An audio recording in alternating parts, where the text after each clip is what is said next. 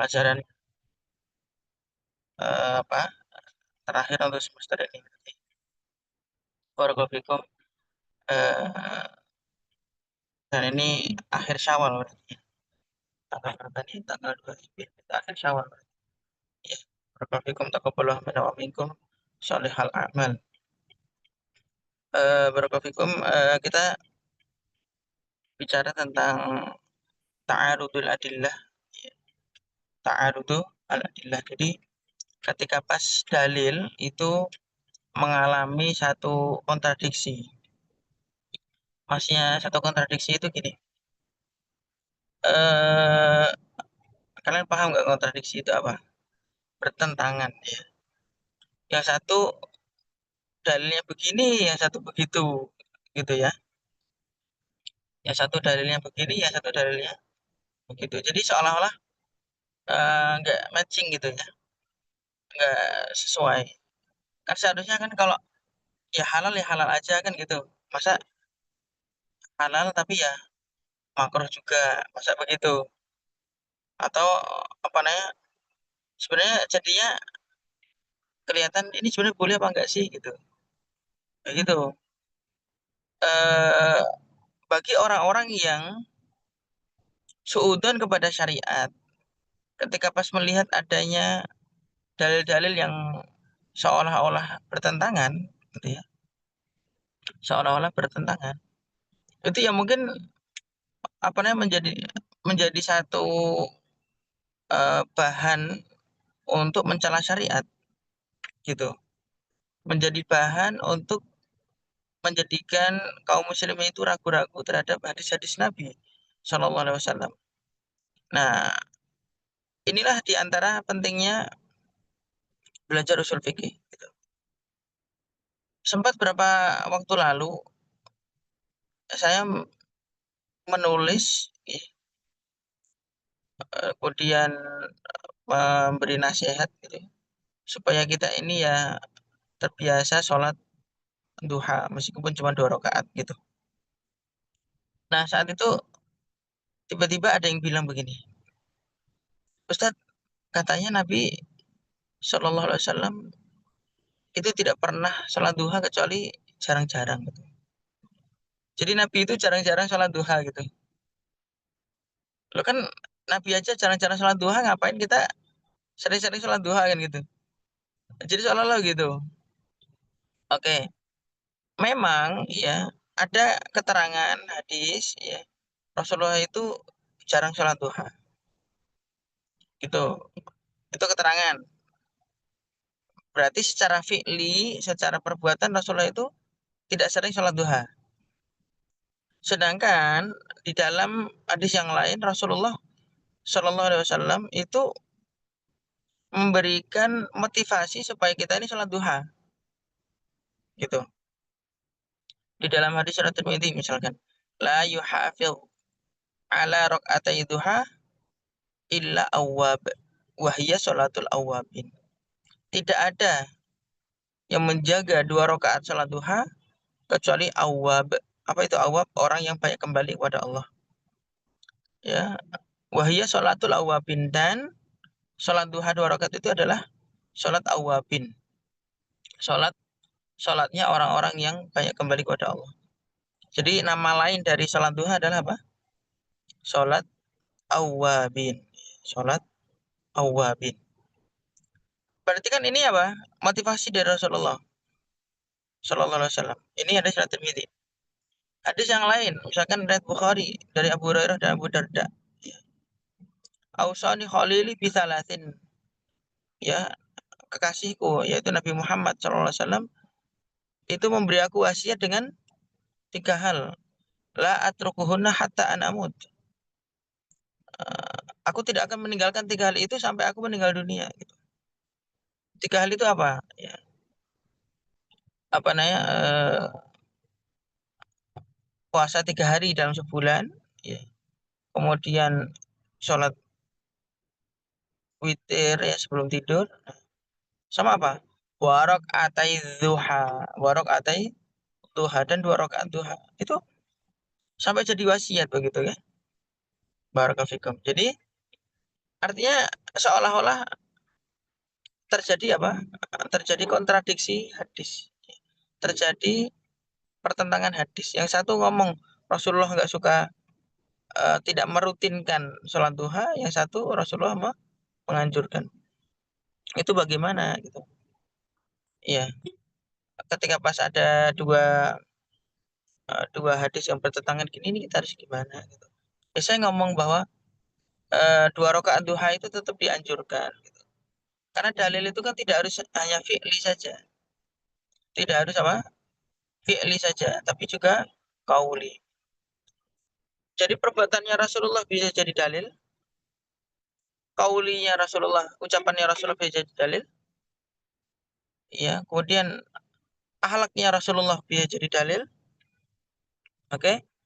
Sifat bentuk jasadnya Rasulullah bisa jadi dalil, gitu ya. Takrirnya bisa jadi dalil. Apa itu takrir? Persetujuan Rasulullah terhadap perbuatan sahabat bisa jadi dalil, gitu ya. Jadi namanya dalil kan tidak harus perbuatan saja. Sebagai contoh misalkan saya tanya kepada kalian, kalau pada bulan Ramadan dianjurkan umroh nggak? Dianjurkan nggak umroh bulan Ramadan? Kan orang-orang kalau pada Ramadan kan pada umroh kan? Ya. Gimana?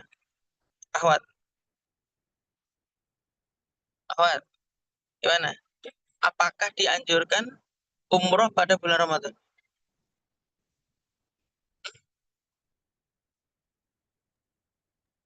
Nggak tahu. Dianjurkan? Dijawab. Dianjurkan nggak? Dianjurkan. Iya. Oke. Kenapa dianjurkan? Kenapa dianjurkan? Apa pahalanya? Karena Apa? pahalanya sama seperti Hmm? karena pahalanya Gimana? sama Seperti pahala haji. pahala haji. Iya benar. Karena pahalanya seperti pahala haji. Nah, itu Rasulullah SAW ketika pas mengatakan bahwa ya umroh Ramadan itu menyerupai pahala haji gitu. Pertanyaan, Rasulullah pernah nggak umroh pada waktu Ramadan? Nggak ada. Nggak ada sejarahnya Rasulullah pada waktu Ramadan itu apa? Umroh itu. Nggak ada sejarahnya. Ya, berarti tapi apakah tetap dianjurkan? Ya, tetap dianjurkan dengan kaulnya Rasulullah ya. Dengan kaulnya Rasulullah SAW. Ya, dengan Rasulullah. Ya.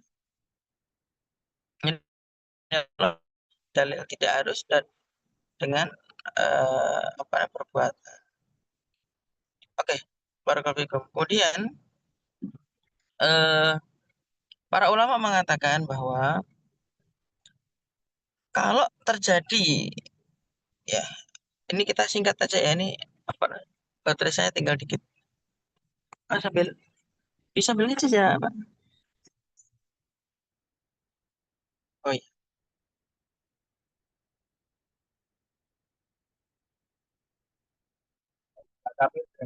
Oh iya.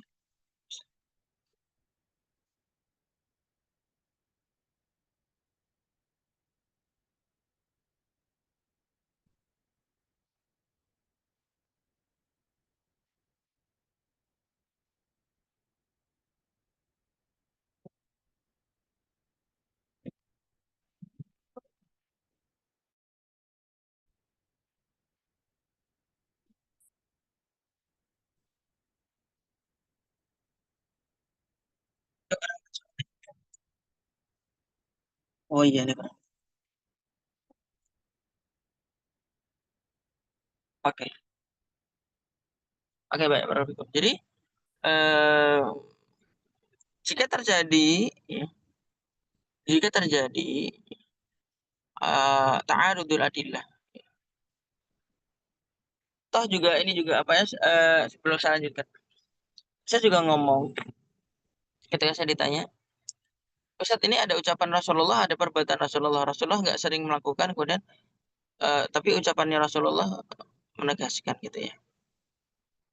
itu yang dikedepankan mana gitu. Maka saya bilang sebagian ulama mengatakan bahwa al-hadis al-qauli muqaddam ala al-hadis fi'li. Jadi hadis secara qaul, secara ucapan itu lebih dikedepankan daripada yang hadis secara fi'li, secara perbuatan. Ya, secara perbuatan. Al-haditsul qauli muqaddamun ala al-haditsil fi'li. Itu lebih didahulukan. Kenapa? Karena hadis secara qauli ya, secara ucapan itu sifatnya tegas. Ya. Sifatnya apa tuh? Tegas. Jelas, tegas.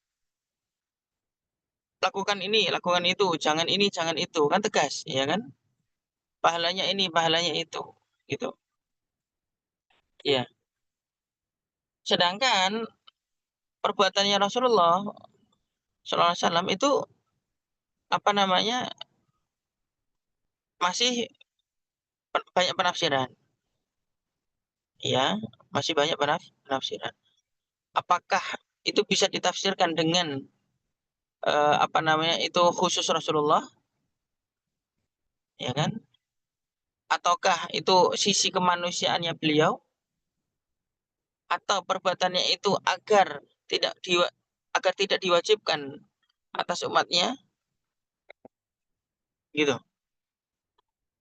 Misalnya apa namanya ada seorang sahabat punya istri sampai berapa ya 7 kalau tidak salah sebelum ini ya ketika baru masuk Islam gitu ya, ya talak yang 3 lalu sisakan yang 4 saja, sisakan 4 saja, ya talak yang 3. Itu ucapan Rasulullah, nyuruh cuman istrinya 4 saja, tapi perbuatan Rasulullah SAW punya 9 istri, ya punya 9 istri. boleh nggak dengan Boleh nggak berdalil dengan wah perbuatan Rasulullah dong gitu ya, kan beliau istrinya 9, berarti kita istri boleh 9 gitu. Ini ada dokter liberal nih, dokter liberal, profesor malahan mengatakan boleh nikah dengan 9 istri gitu. Dalilnya apa? Masna wa thulatha wa ruba'. Jadi masna wa thulatha wa ruba'. Masna wa thulatha 2, 3, wa ruba' dan 4, berarti 2 tambah 3 tambah 4 berarti 9. Dia nggak ngerti gitu ya. Itu kan wawu li takhyir. Wawu untuk memberikan pilihan, bukan wawu li ziyadah. Bukan wawu untuk nambah gitu. Orang nggak ngerti bahasa Arab. Subhanallah wa bihamdi. Kemudian juga berdalil dengan perbuatan Rasulullah. Gimana? Nggak jelas ya kan? Gitu ya, barakallahu. Nah, jadi ucapan itu lebih tegas daripada perbuatan. Perbuatan, oke. Sekarang Rasulullah Sallallahu Alaihi Wasallam sholat tarawih ya pada masa Rasulullah itu cuma berapa kali aja, 2 atau 3 kali. Tapi dianjurkan nggak tarawih setiap malam? Dianjurkan. Kenapa? Dengan ucapannya beliau.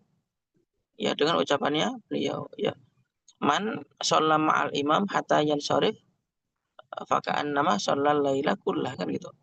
Siapa yang sholat bersama imam hingga selesai, maka dia seperti sholat semalam suntuk. Gitu. Itu kan hadis terkait dengan apa? Tarawih. Jadi keutamaan sholat tarawih berjamaah itu pahalanya sholat semalam suntuk. Itu kan secara apa? Ya secara hadis qauli gitu kan. Secara fi'li ya Rasulullah jarang melakukan. Ya. Jadi kalau ucapan itu tegas, tapi kalau perbuatan apa? Ya, tidak tegas. Ya, karena bisa jadi itu pengkhususan bagi Rasulullah, ya kan? Karena khawatir di apa namanya? Khawatir diwajibkan atas umatnya, atau mungkin karena Rasulullah lupa, karena Rasul juga manusia biasa, ya kan? Atau mungkin juga karena itu apa namanya, sisi kemanusiaannya Rasulullah gitu kan. Ya, sisi kemanusiaannya Rasulullah SAW. Ya. Jadi begitu. Atau karena adatnya waktu itu begitu gitu kan.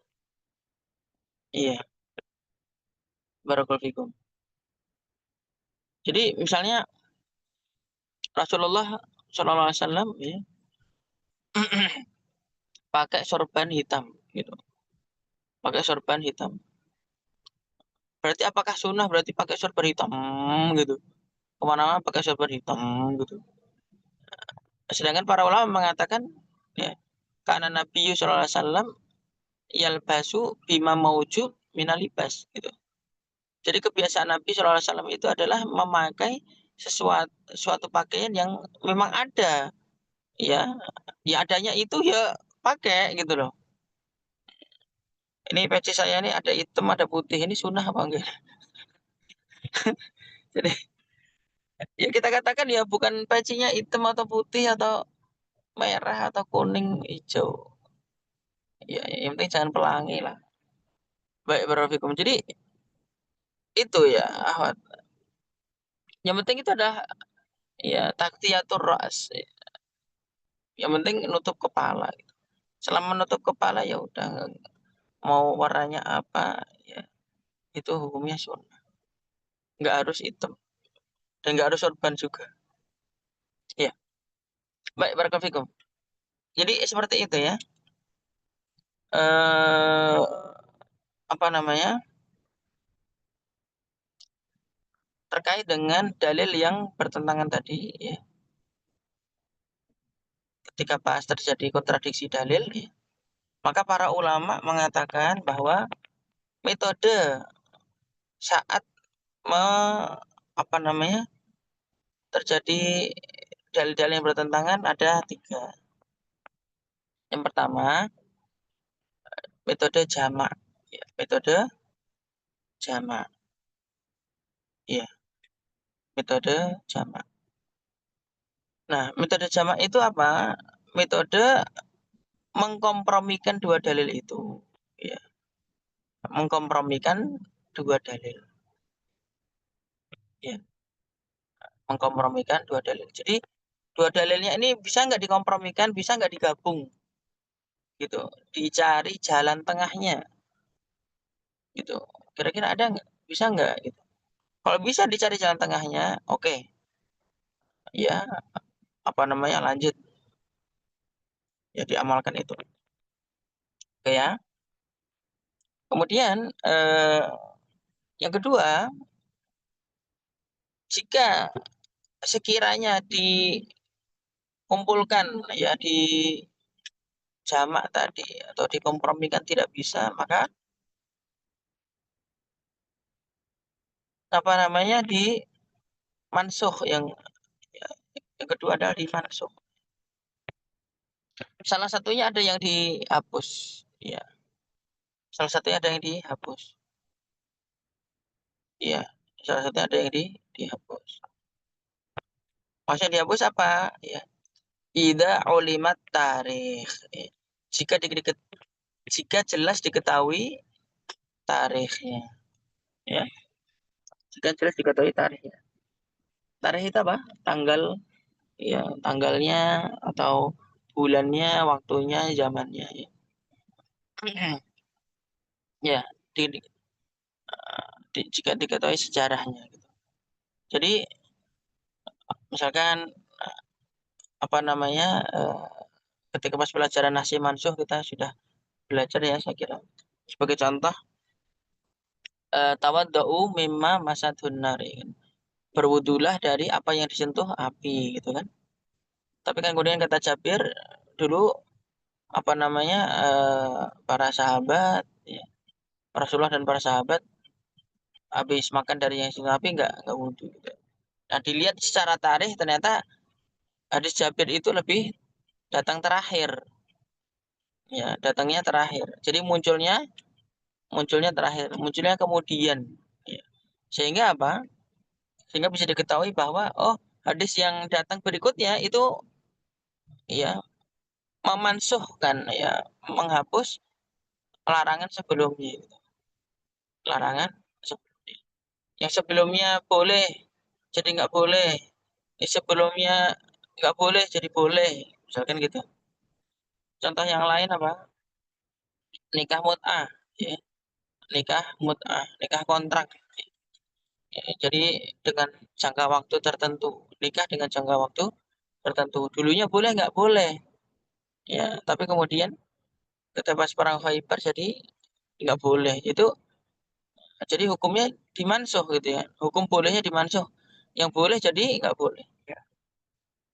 Maka itu kalau zaman sekarang itu masih ada yang praktek kawin kontrak atau nikah kontrak, yaitu menyelisih syariat gitu. Nggak bisa berdalil dengan dulu Rasul juga membolehkan. Emang boleh, tapi kemudian sudah dimansuh. Ya, hadisnya juga sahih riwayat Muslim dari Ali bin Abi Thalib. Jadi nggak boleh lagi. Karena apa namanya Islam itu melarang nikah main-main itu nggak boleh. Jadi kok nikah ya nikah gitu. Jadi karena jadi nggak main-main. Oh sampai sebulan aja, 2 bulan aja, setahun aja, 2 tahun aja nggak bisa kayak gitu. Ya, makanya kan filosofinya kalau nikah itu ya sampai sesurga gitu. Jadi sejiwa sesurga ya itu. Ya nanti sampai surga gitu. Iya, barakallahu fikum. Oke, barakallahu fikum. Maka nanti suatu saat jika kalian mau nikah, carilah yang laki-laki yang benar-benar soleh dan ya benar-benar soleh ya, bukan pura-pura soleh, benar-benar soleh gitu. Minta sama Allah. Iya, barakallahu fikum. Oke, kita lanjut. Hmm, metode kedua apa tadi mansuh gitu ya atau nasakh.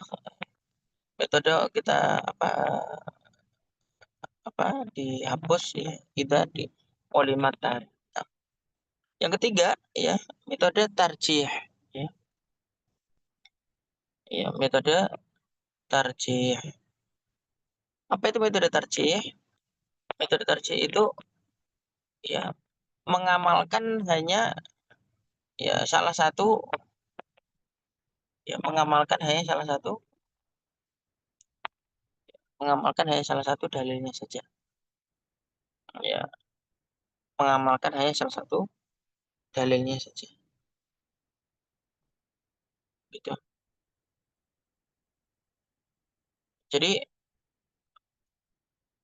Jadi ya udah dikuatkan yang mana nih gitu ya.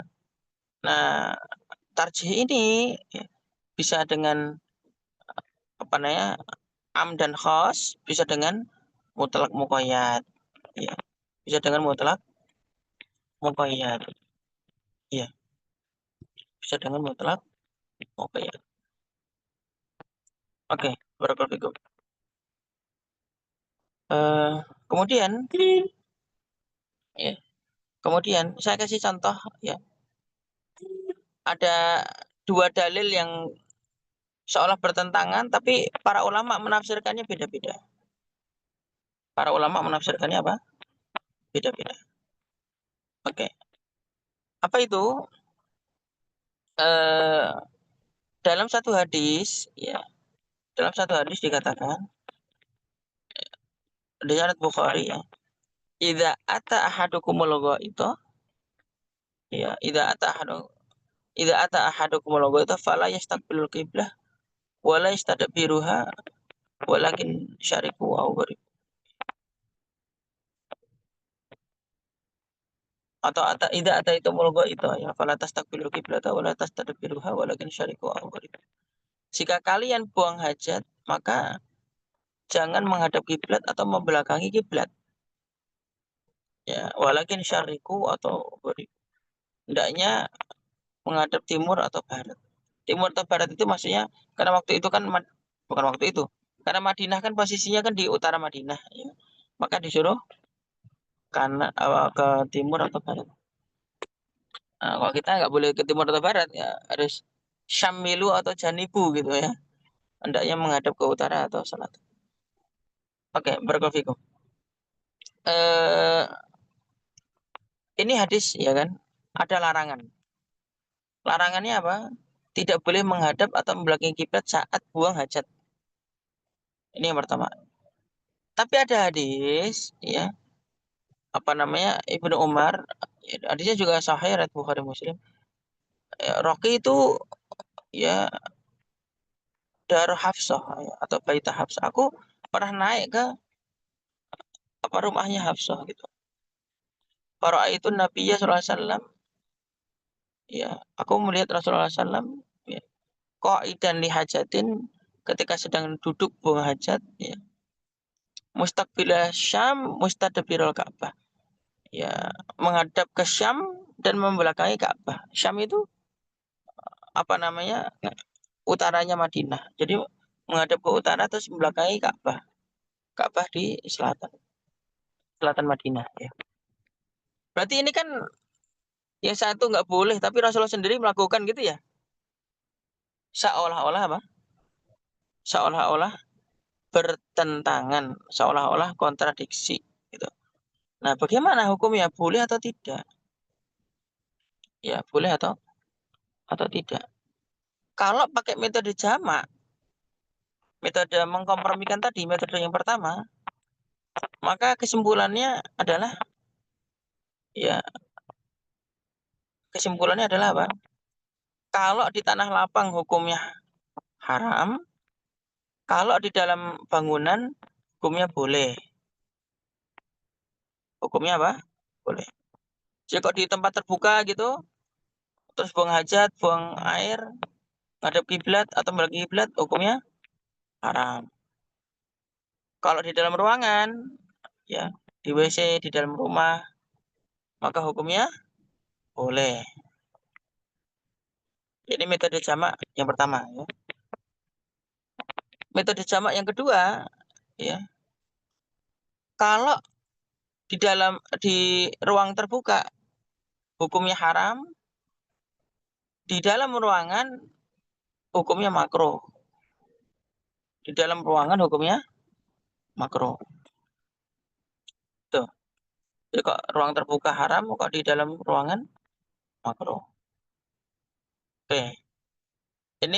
Ini metode apa? Jamak. Metode mengkompromikan dalil. Ada juga yang berpendapat, ya, ada juga yang berpendapat bahwa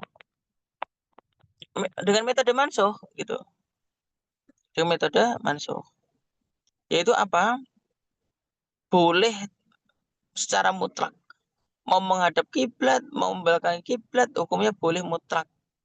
Itu ada ulama yang berpendapat gitu. Ya, ada yang berpendapat begitu. Nanti saya nggak tahu di RTM ada kitab Taisirul Alam apa enggak. Kayaknya ada ya. Taisirul Alam Syarah Umdatil Ahkam. Ya. Ditulis oleh Syekh Abdullah Bassam.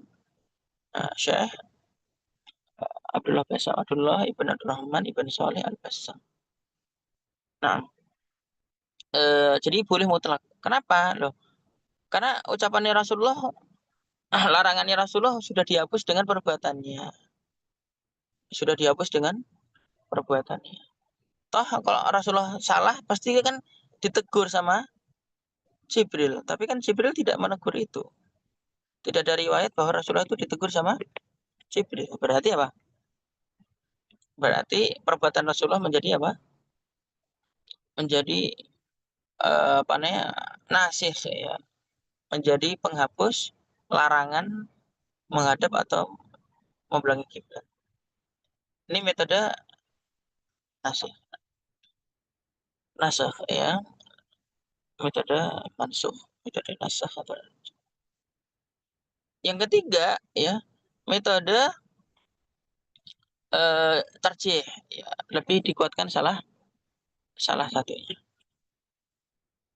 Ya, dikuatkan salah satunya. Yaitu apa? Berarti yang diamalkan hanya satu saja kan gitu ya. Yang diamalkan hanya satu saja. Terus hukumnya boleh atau enggak? Hukumnya enggak boleh sama sekali. Hukumnya enggak boleh sama sekali. Kenapa? Nah, karena ucapan Rasulullah itu tegas, ya kan? Enggak boleh ya, enggak boleh kan tegas. Ya, adapun perbuatan Rasulullah tidak tegas tadi kan. Perbuatan Rasulullah tidak tegas. Kan Rasulullah kan manusia biasa. Ya, bisa jadi keliru juga. bisa jadi lupa juga, ya. Bisa jadi buru-buru juga, gitu. Maka hukumnya, jadi dalam hal ini ditarjih, mentarjih ucapannya Rasulullah ya lebih. Mentarjih itu kan menguatkan salah satunya gitu ya. Menguatkan salah satunya sehingga yang diamalkan hanya satu itu. Daripada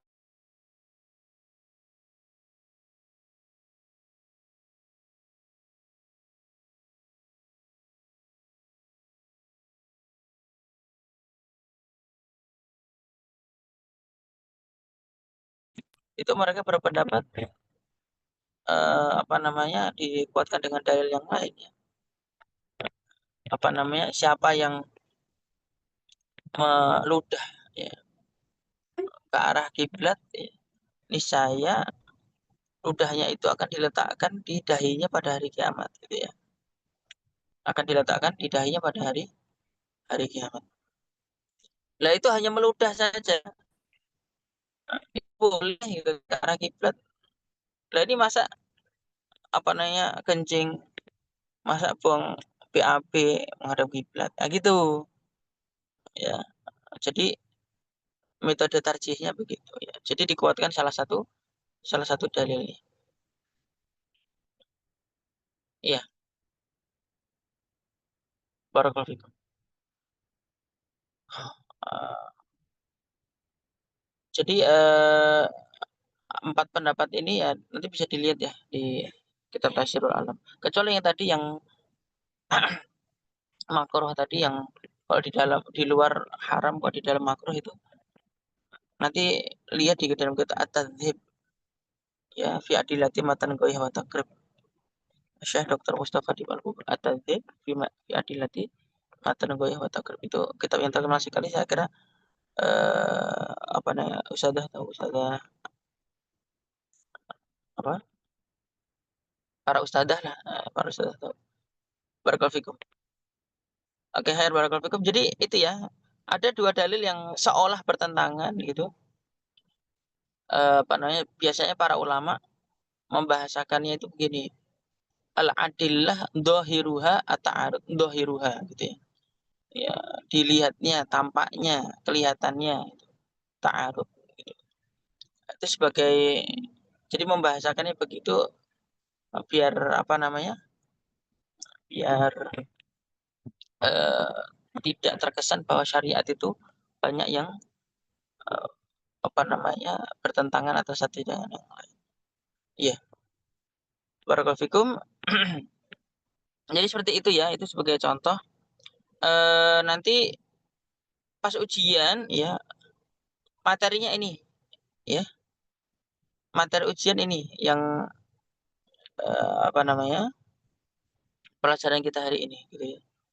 Misalkan ad sebutkan metode saat dalil bertentangan gitu, kan ada 3, sebutin gitu. Apa namanya, misalkan saya tanya, "Kapan nasikh mansukh itu diamalkan? Saat apa?" Ya gitu ya. Terus apa namanya, sebutkan pendapat ulama ya yang berkaitan dengan, apa namanya, menghadap atau membelakangi kiblat gitu. Ya berdasarkan metode di atas gitu ya, kan gitu. Sholat duha, apakah dianjurkan sholat duha? Ya, padahal Rasulullah tidak melakukannya, jelaskan gitu misalkan gitu ya. Barakallahu fikum. Apalagi tadi, apa namanya, iya, kemudian, apalagi misalkan kenapa para ulama membahasakan dengan dhahiruha gitu, dhahiruha ta'arud, terlihat ta'arud dan seterusnya dan seterusnya. Terus kayak gitulah kira-kira ya, barakallahu fikum. Mmm, itu saya minta nanti ada di antara kalian nanti, apa namanya, minta tolong ustadzah catatannya santriwati itu yang lengkap tolong difotoin, nanti dikirim ke saya pakai catatannya itu aja untuk itunya ya, untuk nulis soal. Barakallahu fikum. Oke, mungkin itu aja ya, barakallahu fikum. Ini saya sebentar lagi nyampe, tapi 5 menit lagi apa ya? Ya, jika ada pertanyaan, Ahmad silakan.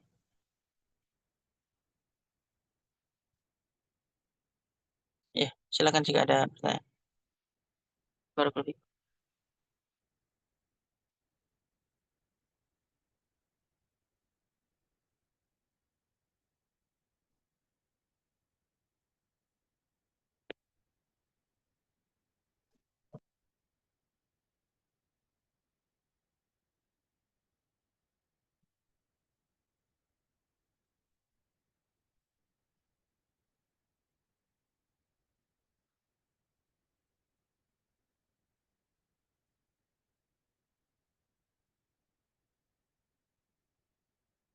Ya, langsung pakai lisan aja. Apa? Jangan tulis, langsung pakai lisan aja. Pertanyaannya lewat lisan.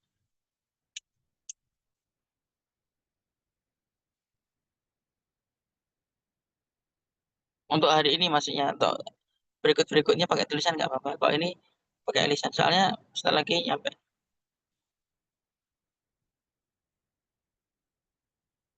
Atau kalau nggak ada, saya kira itu ya cukup ya. Saya rasa itu alhamdulillah alamin. Ustadz Oh izin iya, bertanya. oh iya silakan. Maksud hadis yang terlihat seperti hadis yang bertentangan itu maksudnya kenapa dinamain begitu ya Ustadz? Oh, kenapa kok apa nih terlihat seperti bertentangan gitu kan ya? Ya, ya kan terlihat gitu, tampak gitu kan. Seolah tampaknya begitu. Para ulama membahasakan dengan bahasa apa namanya? Tampaknya dhahiruha ta'arud, tampak seperti bertentangan untuk membantah gitu ya. Orang-orang zindik ya, orang zindik itu kok ini kita kanan kan? Iya. Apa? Orang zindik kalau zaman sekarang itu orang liberal ya, yang mengatakan bahwa apa namanya syariat Islam itu apa? Ya, syariat Islam itu antara satu dengan yang lain tidak matching, ya, tidak sesuai, tidak bersesuaian, ya, tidak bersesuaian. Jadi ada kontradiksi sana sini, ada pertentangan sana sini. Padahal kan tidak begitu. Mm-mm. Padahal tidak begitu. Loh, buktinya apa? Ya, buktinya para ulama bikin metode gitu kan. Metode untuk bisa mengkompromikan dalil atau memansuhkan dalil atau tarjih dalil. Nah, gitu. Jadi seperti itu. Nanti kalau jawab pertanyaan, kenapa kok para ulama membahasakan dengan dhahiru ta'arud, dengan apa tampak seperti kontradiksi, maka jawabannya itu untuk membantah para zindik atau para apa liberal gitu ya. Nah, apa Nusat boleh minta catatan hadis yang tadi karena nggak bisa nanti minta sama ya, Ustadzah itu sama Ustadzah ya, iya sama Ustadzah Amel ya nanti minta ya. Hai barakallahu fikum. Saya rasa itu cukup ya Ahmad. Jazakumullah khairan katsira. Alhamdulillah alamin sudah nyampe. Baik, saya rasa itu barakallahu fikum, minta maaf atas segala kekurangan. Semoga setiap apa yang kita bahas menjadi amal soleh bagi kita semuanya. Barakallahu fikum. Nanti kalau ada waktu insya Allah saya kunjung ke kalian insya Allah. Ya. Barakallahu fikum. Nah, oke barakallahu fikum. Nah, itu merbabu langsung angkat tangan. Allahu Akbar. Oke barakallahu fikum. Jati Bening sebenarnya Jumat kemarin itu saya ngisi di Jati Bening. Ngisi Jumatan di Jati Bening. Tapi mau mampir, wah ini siang pada Jumatan, pasti kalian ya istirahat kan gitu ya. Ya baru begitu. Jadi seperti itu. Nah, oke barakallahu fikum. Insya Allah, semoga dimudahkan ya barakallahu fikum. Jazakumullah khairan katsira. Alhamdulillahirabbil alamin. Subhanakallahumma wa bihamdika asyhadu an la ilaha illa anta astaghfiruka wa atubu ilaik. Allahumma shalli wa sallim ala nabiyyina Muhammad innaka Hamidum Majid. Billahi taufiq wal hidayah. Assalamualaikum warahmatullahi wabarakatuh. Waalaikumsalam warahmatullahi wabarakatuh.